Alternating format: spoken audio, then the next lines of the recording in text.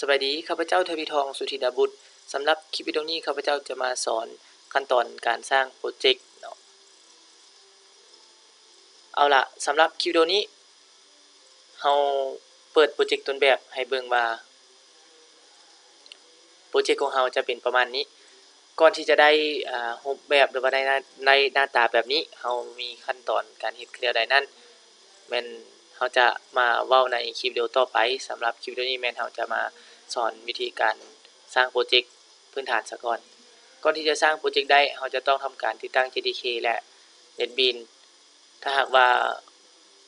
นักศึกษาคนใดมาเบิ่งคลิปวิดีโอนี้แล้วถ้าหากว่ายังบ่ฮู้วิธีการติดตั้งหรือว่าการดาวน์โหลดเครื่องมือพื้นฐานที่จำเป็นแม่นให้กลับไปเบิ่งคลิปวิดีโอต่อไปสำหรับนักศึกษาผู้ที่ได้ทำการซื้อคอร์สออนไลน์นี้หรือว่าคอร์สวิดีโอออนไลน์นี้ไปแล้วเราจะมีเครื่องมือเนาะเป็นต้นแม่น JDK และก็ NetBeans และอีกไลบรารีหลายๆตัวที่ใช้ในการเรียนในคอร์สนี้เฮาไปเบิ่งกันเลยว่าวิธีการสร้างโปรเจกต์เฮ็ดขึ้นใดให้เปิด NetBeans ขึ้นมาเนาะในคลิปวิดีโอนี้ข้าพเจ้าจะได้อธิบายค่อนข้างอยากจะไว้นิดนึงเพื่อประหยัดเวลาให้คลิปวิดีโอของเฮาสั้นลงและวิธีการสร้างโปรเจกต์นั้นให้ไปที่ไฟล์เลือกไปในส่วนของ New Project แล้วเลือกไปในส่วนของ Java และ Java Application หลังจากนั้นให้กดไปที่ปุ่ม Next ในขั้นตอนนี้แม่นเฮาแนะนำอยู่2ส่วนคือส่วนที่1แม่นชื่อโปรเจกต์ส่วนที่2แม่นบอร์ดเก็บของโปรเจกต์เนาะในโปรเจกต์ของเฮาจะใช้ชื่อว่า Workshop อันนี้ Workshop เฮามีแล้วซึ่งว่า Workshop ตัวที่เฮามีแล้วนั่นเป็นโปรเจกต์ต้นแบบของเฮาที่จะใช้ในการเรียนคอร์สนี้หรือหลักสูตรนี้เฮาจะใช้โปรเจกต์ของเฮาใช้ว่า Workshop TMS เนาะแล้ว